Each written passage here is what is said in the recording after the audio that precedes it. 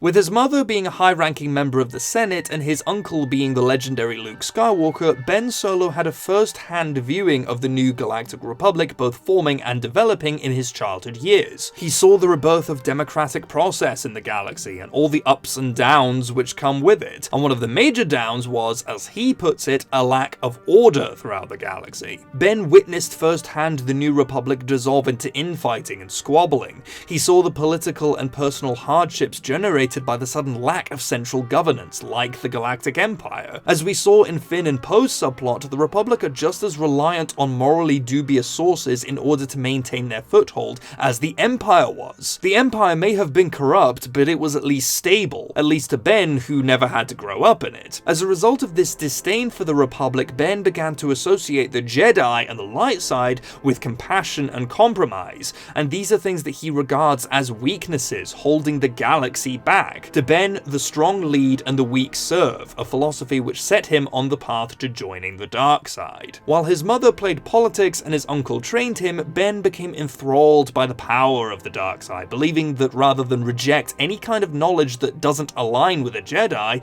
as Luke decreed that it should be, he and his fellow students should be allowed to explore all options and avenues open to them, regardless of which order they belong to. He began collecting Sith and Jedi tomes in secret, helping him advance his studies of the Force. An ancient legend that he came across in his studies were of the fabled Knights of Ren, a group of Force users who split off from the original Jedi. And this ties in with the ancient ruins where Luke and Rey are hanging out. The original Knights of Ren trained there millennia earlier before being consumed by a lust of power and forming the backbone of the ancient Sith Order. That flashback that Rey saw when she's in the arena seeing the original Jedi and Force users, that little battle that was going on, that was the formation of the original Knights of Ren centuries ago. Upon discovering his secret treasure trove, Luke burnt Ben's collection despite the boy's pleas. In this, we see Luke still acting rashly out of a fear that Ben will turn to the dark side and become the new Vader, only he's not contemplating killing a literal teenager,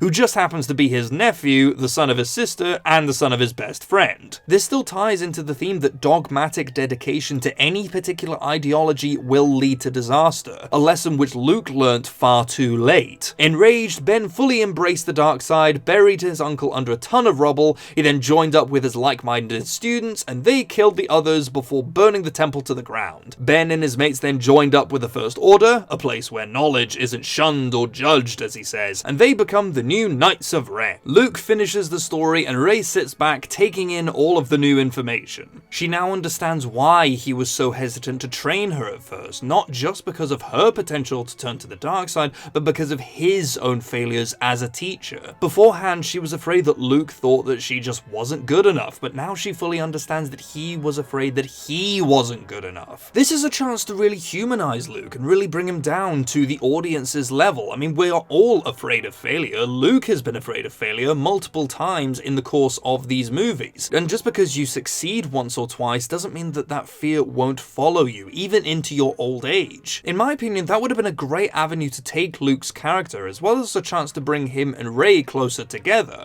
But the moment is short-lived when Kylo Ren reveals that he has been listening into their conversation the whole time through his connection to Rey, and now he knows exactly where they are, where the fabled Luke Skywalker is. He vanishes, and Rey, panicked, tells Luke that Kylo Ren will be coming for them now. Kylo informs his fellows in the Knights of Ren what he has discovered, and also goes to inform General Hux and the Supreme Leader. Snoke's hologram congratulates Kylo on his ingenuity and orders him to take the Knights of Ren and a squadron of stormtroopers to go to the ruins, kill Skywalker, and bring Rey to him alive. Kylo obliges, but we can tell he's feeling a little bit conflicted about this whole thing. Luke and Rey argue about what to do next, with Rey stating that they should escape the planet while they still have time. Luke disagrees, however, saying that he has a better plan in mind. Meanwhile, over with Finn, Poe, BB-8 and Zori, they successfully infiltrate Starkiller Base on board Captain Phasma's ship and make a plan of action to destroy the First Order's supplies of Kyber crystals. No crystals, no cannon. No cannon, no galaxy-destroying death machine. Problem solved. They knock out a couple of officers, play the dress-up game so that they can walk through the base undetected. Yeah, I know, I hate that movie trope as well, but sometimes you just have to compromise, as they discreetly follow Captain Phasma to Starkiller Base's main generator. Then, just before enacting their plan, Poe sends a message to Leia and Admiral Akbar saying that they are in prime position to take down the First Order's greatest weapon, and the chance for them to strike is now. Leia is, of course, furious that Poe disobeyed a direct order to return to Coruscant, but seeing a chance to bring an end to the First Order, she just can't ignore the opportunity. She goes with Admiral Akbar and the Republic fleet to launch a surprise attack on their enemies. Meanwhile, Kylo Ren and the troops of the First Order descend on the ancient Jedi ruins. The troops assemble outside, the Knights of Ren leading the charge when, out of nowhere, a single jolt of Force lightning cuts through one of the knights and sends him sprawling backwards. Kylo and the others look up to see Luke Skywalker himself standing at the entrance to the temple, ready for them. And then we get our first big lightsaber fight of the film, a full-on battle between Luke and the First Order. I would almost imagine it kind of like the E3 trailer for Assassin's Creed Revelations, just seeing this old badass taking on a whole army of stormtroopers single-handed and not even using his lightsaber for most of it, before finally igniting the blade and taking the badassery to a whole other level. He fights off the stormtroopers, holds his own for as long as he can, but even Luke Skywalker can't fight forever. Age and fatigue finally set in and he gets a blaster bolt in his side, wounding him. He then retreats, limping back into the ruins as Kylo Ren follows, lightsaber drawn. The remaining troops sweep through the temple and Kylo demands to know where Rey is, as he can't actually sense her presence on the planet. Luke then reveals that she's already gone. His attack on the troopers was a diversion to give Rey enough time to escape the planet. Enraged, Kylo goes to kill his former master when suddenly the ruins start to cave in on them. Luke is using the Force to collapse the temple in on the First Order and himself. Kylo is pulled out by his comrades just in the nick of time as falling rubble piles up around Luke, but before he goes, we see both Rey and Leia in their respective ships, sensing his imminent death. They both hear Luke's voice talking to them at the same time as he gives them a few words of encouragement before concluding with the age-old phrase,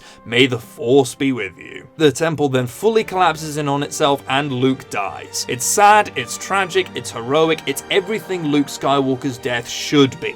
Rey mourns the passing of a mentor, but she doesn't have an awful lot of time to do so as she reaches the Republic fleet on its way to attack Starkiller Base. She reunites with Leia, they share their respective loss before continuing with the battle plan. With Finn, Poe and BB-8 down on Starkiller Base, someone has to get them out after they've enacted their plan to destroy the weapon's kyber crystal supply. And of course, Rey volunteers for the job. She goes on ahead to fulfill her mission using a small stealth ship that's stolen from the First Order. She successfully infiltrates Starkiller Base and using the Force, meets up with Finn, Poe, BB-8 and Zori. Poe explains that they've hidden explosives all over the base's central generator room and they are ready to go off at a moment's notice. The team begin to make their escape when, oops, Captain Phasma captures them. Turns out Zori betrayed Poe and the rest of them to the First Order as they were completing their mission, thereby securing her and her syndicate's future. Poe expresses his shock and disappointment and Zori responds by saying it's just the same thing he did when he went over to the Republic. With the plan in jeopardy, Finn and Poe were taken away for interrogation, while Kylo Ren, who returned from the failed mission on the Jedi Temple a few minutes earlier, takes Rey to meet with Supreme Leader Snoke for the first time in person. General Hux leads them into the throne room containing the Supreme Leader and his Dark Council, and Snoke congratulates Kylo on his exemplary work for the First Order. He says that despite his failings, he is ready to fully embrace the dark side and take his place at the Supreme Leader's side. And soon, Rey will be ready to join the Knights of Ren herself, after Kylo completes her training, of course. But first they need to know any information that she may have about what the Republic is up to, so Snoke orders Kylo to search her mind with the Force, which he proceeds to do. Meanwhile, Finn is undergoing severe interrogation at the hands of Captain Phasma. Once they're alone, she takes off her helmet and tells him that she plans to put him through re-education, repairing the chip that was implanted in his brain to turn him back into a stormtrooper. Yeah, that's kind of a terrifying thought, isn't it? it? Poe, on the other hand, is still in the slammer, awaiting his own interrogation, and gets a few words with Zori as she passes by. He expresses his natural anger at her betrayal, and she defends herself by sticking to her cynical view of the galaxy and the Republic. Poe refutes her point that it's not just about loyalty to the Republic, or to any ideology or government in particular. It's about standing by the people who would stand by you. But at the same time, he acknowledges that he didn't stand by her when she needed it the most. He abandoned her to join the Republic. So he admits that he can't entirely blame her for giving him and his friends up to the First Order. He apologizes for what he did and leaves it at that, telling her simply to take care of herself. She departs, but not before leaving a little something on the inside of Poe's cell door. Back in the throne room, Kylo Ren continues his efforts to probe Rey's mind, but her determination and fortitude is putting them at a stalemate. Snoke berates his apprentice on his apparent lack of power,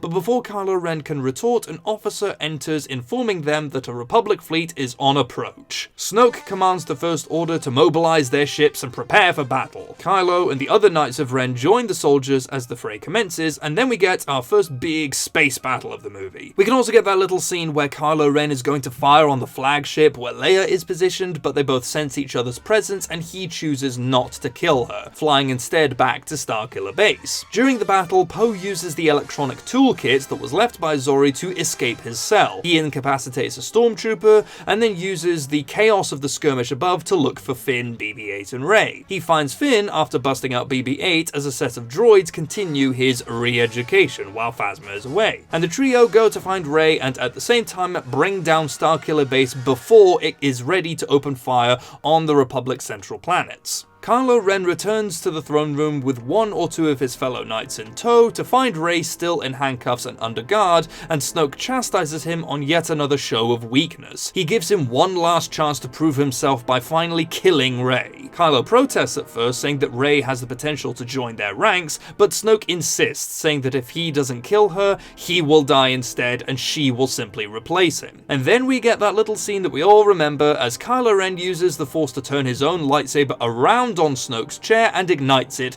cutting the Supreme Leader in half and stunning everyone in the room. Except there's one little detail that's changed here. As Snoke slumps over dead, we get the big reveal that he is, in fact, a droid. That's right, Snoke never actually existed. He was just a construct, a fiction created by the Dark Council, who are the real power behind the Supreme Leader's throne. When Kylo demands an explanation, they and General Hux nervously give one. When the First Order was founded, they needed a figurehead to inspire fear in the rest of the galaxy and loyalty in their soldiers such as Kylo Ren. Having studied the Sith texts, the Council knew that they needed someone strong in the Force to act as this figurehead, as part of the Emperor's power wasn't just his command of the Force, but people's fear of his command of the Force. Unfortunately, they didn't have any strong darkside users to speak of, so they just invented one. Creating a droid with an artificial personality akin to the Emperor but distinct enough to be its own thing, the Dark Council had their figurehead. They had their leader. Now they could step into the shadows and run the First Order from behind the scenes while the galaxy trembled in fear from the new Supreme Leader. And fear is the operative word in that sentence. That's the ultimate tool of the First Order. Snoke didn't even have to properly exist for people to swear allegiance to him. The amount of terror that he inspired did that for him. Just imagine you are a citizen living in the galaxy of Star Wars. Now imagine the prospect of another lightning-throwing dictator popping up on the scene and threatening to slaughter countless billions with a new super weapon. That would make more than a few planets contemplate surrender, as we saw in the last movie with the senators and governors suggesting to Leia that they negotiate with the First Order and ultimately surrender. But cutting back to the moment at hand, the truth has now been revealed. An army of stormtroopers enter the throne room, blasters in hand, and this is the point where we get another big showdown between them, Rey, Kylo Ren, and the other Knights of Ren. I kind of imagined this fight a bit like the Elizabeth, Pintel, and Ragetti fight from Dead Man's Chest, because remember, Rey's lightsaber isn't working properly, so she and the Knights of Ren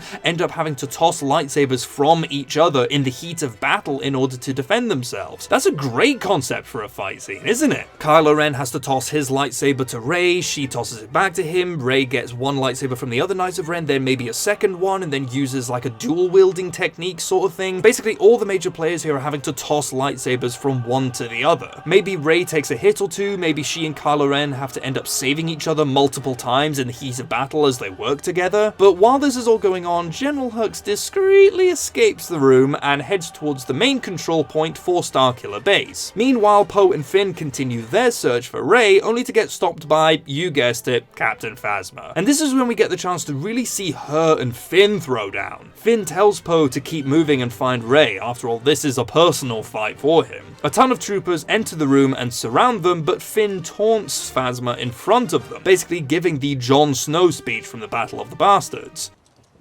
Will your men want to fight for you when they hear you wouldn't fight for them? Sure enough, this goads Phasma into fighting him one-on-one, and they duke it out. Poe escapes, he comes across General Hux making his way to the control tower, incapacitates his guards, and holds him at gunpoint. On their way to the control bridge, Poe sends a frantic communication to Leia in the Republic fleet battling above, telling them to get clear. The weapon is almost ready to fire. Kylo Ren, Rey, and the Knights of Ren conclude their fight, defeating the stormtroopers and emerging beaten and bloody, but ultimately victorious. Everyone is on pins and needles now to see what happens next. The Republic is fighting the First Order above, Finn is fighting with Phasma, Poe enters the control tower with Hux just as they're ready to fire the cannon. He brandishes his blaster at the general and threatens to kill him if they don't do as he says. At first it looks like the good guys have won. The First Order soldiers step away from their control columns, the threat seems to be neutralized, but then General Hux breaks ranks and slams his hand down on the controls, firing Starkiller Base's cannon. A massive energy beam shoots up from the planet, decimates most of the Republic fleet above them, as well as a few of the First Order ships, before careening across space and eradicating the galaxy's central planets, Coruscant among them. The good guys watch in horror as the scene plays out, and billions die in the attack. This was the kind of thing I wanted out of Last Jedi, out of this whole new trilogy really. I wanted them to go to really dark places,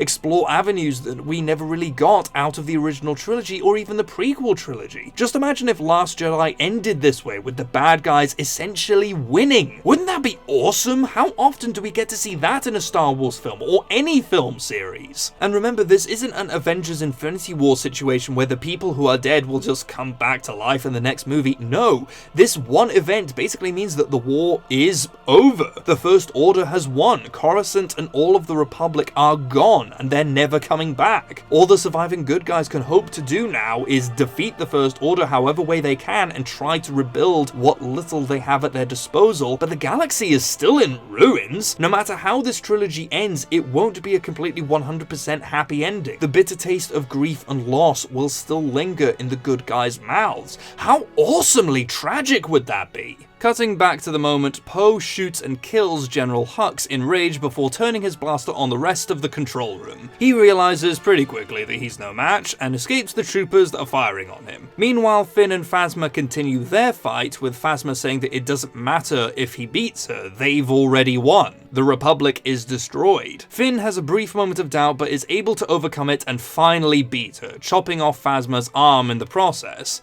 In a moment of desperation, Phasma orders the troopers to attack. Finn takes a blaster bolt to the gut but is saved by Poe and they make their escape. Rey and Kylo Ren meanwhile are still reeling from the destruction of Coruscant and the other central planets. Consumed by her anger, Rey ignites her lightsaber and goes to kill Kylo Ren, but she stops herself as a voice appears in her head. Luke speaks to her from beyond the grave and implores her to stand down. The three of them mentally go into a Force vision so that they can speak privately and are joined by none other than the ghost of Anakin Skywalker again. Anakin begs Kylo Ren one final time to retreat from this path he has chosen and seek redemption, while Luke begs Rey to let go of her anger and not seek the path of revenge. Kylo Ren at first nods in agreement, saying that he has been manipulated by the old ways of the Sith for far too long. But then he surprises everyone by saying that he intends to create something better. The ways of the Jedi, the Sith, the Republic, the Old Empire, they are all finished. Now he and Rey will be able to step up to the plate and build something new from the ashes. The slate has been wiped clean. They are faced with a blank canvas. Now they are free to paint whatever galaxy they wish. And this is when both his and Rey's character journeys reach a culminating point. Throughout the film, both Kylo Ren and Rey have been learning the flaws flaws of their respective orders. Through Luke's training in mistakes, Rey has been learning the pitfalls of blindly keeping to the Jedi teachings,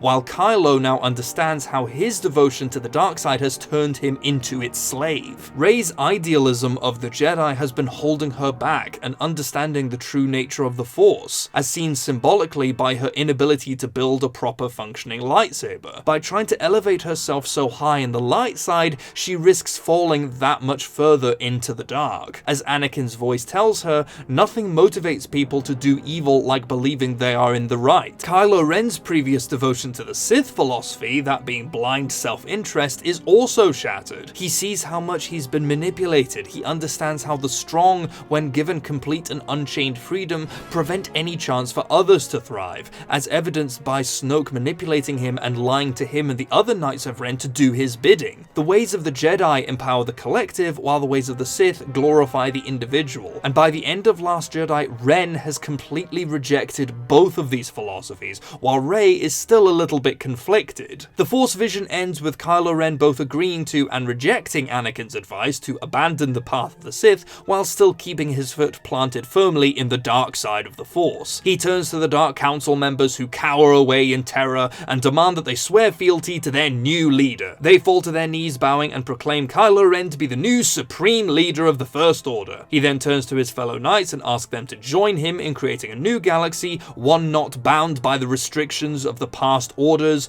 and one by one they likewise bend the knee and swear fealty to Kylo Ren, which just leaves poor old Rey. She asks what he plans to do with her, and he replies by saying that that's really up to her. He holds out his hand, offering her the chance to help him rebuild the galaxy from the ground up as he always wanted. She moves back, trying to calculate a plan of escape, trying to figure out what to do next, when, lo and behold, Poe and Finn burst into the room intent on saving her. The Knights of Ren draw their lightsabers ready for another fight. Rey looks on at her friends that are facing certain death, then looks out of the throne room up at the mess of ships above the planet and senses Leia up there with them. With half the Republic fleet gone, there's no doubt in anyone's mind who has won and who has lost. There's no hope left. The bad guys here have won. There's no chance of saving the day until Rey cries out for the Knights of Ren to stop. They all turn to her, confused, and Rey concedes to Kylo Ren's offer. She agrees to side with him and help him rebuild the galaxy under their joint rule of the First Order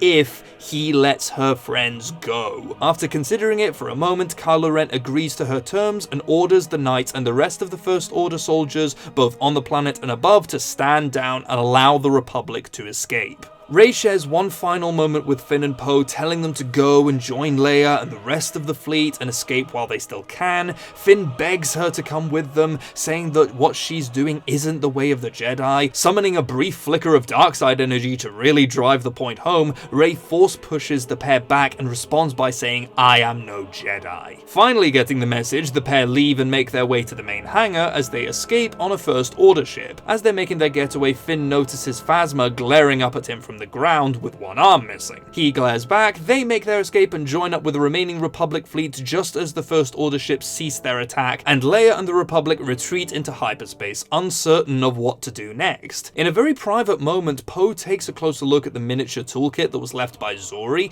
and finds a recorded message hidden inside. In it, Zori says that she's not sorry for what she did. In the end, it came down to a simple equation: the certainty of surviving with the First Order or the uncertainty of fighting with the Republic. At the end of the day, she made her choice and she knows she'll have to learn to live with it. She commends Poe on his courage and heroism and says that she's almost jealous of the amount of faith he places in the Republic. She concludes by telling him to look after himself and not lose sight of what he believes in. Poe finishes the message and a tear goes down his cheek. Finn comes around the corner, revealing that he heard the message as well and affirms that it was courageous what Zori did to save him. Poe responds quite grimly, however, saying that if not for his headstrong ways and his absolute blind faith in the Republic constantly coming out on top, more people would be alive right now. Coruscant may not have blown up. The Republic ships may have been able to evacuate more people from the planets rather than wasting their time attacking the First Order. Poe's faith has been challenged as much as any of the other characters have. Unable to think of anything to say, the two just sit there in silence as the ships travel through hyperspace, and neither of them are aware that Leia was listening into this conversation from the hall. And this is a very grim moment for all of them because they are very uncertain of what to do next. The Republic is destroyed now. This is them at their most hopeless. Poe, of all people, the person who has been dedicated to fighting the good fight for the Republic all this time, has now had his faith in it kind of shattered. Back on Starkiller Base, Kylo Ren addresses his troops with Captain Phasma and the Dark Council by his side. As he's giving his big speech, Rey sits in the shadows just off stage, using the Force to reconstruct her lightsaber. She pulls out the crystal from the inner mechanisms and replaces it with a red crystal given to her by the Knights of Ren before putting the ensemble back together. She then hears Kylo Ren call out to his troops that he will not be alone in reconstructing the galaxy. There is another who shares his vision, a second supreme leader to join him,